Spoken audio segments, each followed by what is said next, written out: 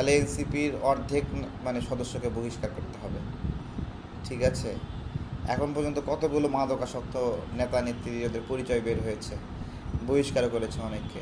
তো ওদের খারাপ গুণগুলোর কারণে বহিষ্কার করতে হলে ওই আক্তারকেও বহিষ্কার করতে হবে। তুষার যে ভাষায় বলতেছে, ঠিক আছে, মানে কোনো সভ্য সমাজের নাগরিক এভাবে আর একটা নারীকে এভাবে বলতে পারে?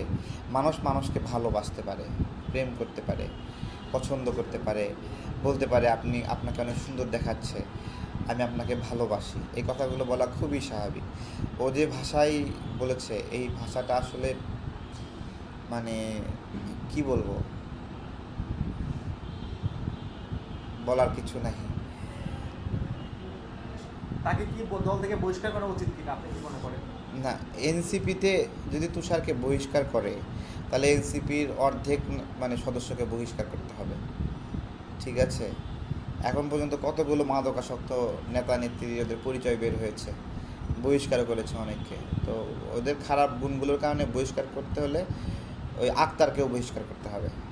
আক্তারও তো এইসব নিয়োগ জালিয়াতি, এসব বিভিন্ন পদায়নের সঙ্গে জড়িত, নাহিদও জড়িত, নাহিদকেও বহিষ্কার করতে হবে। ওরা বহিষ্কার করলে কি না করলে কি, এই কংগ্রেস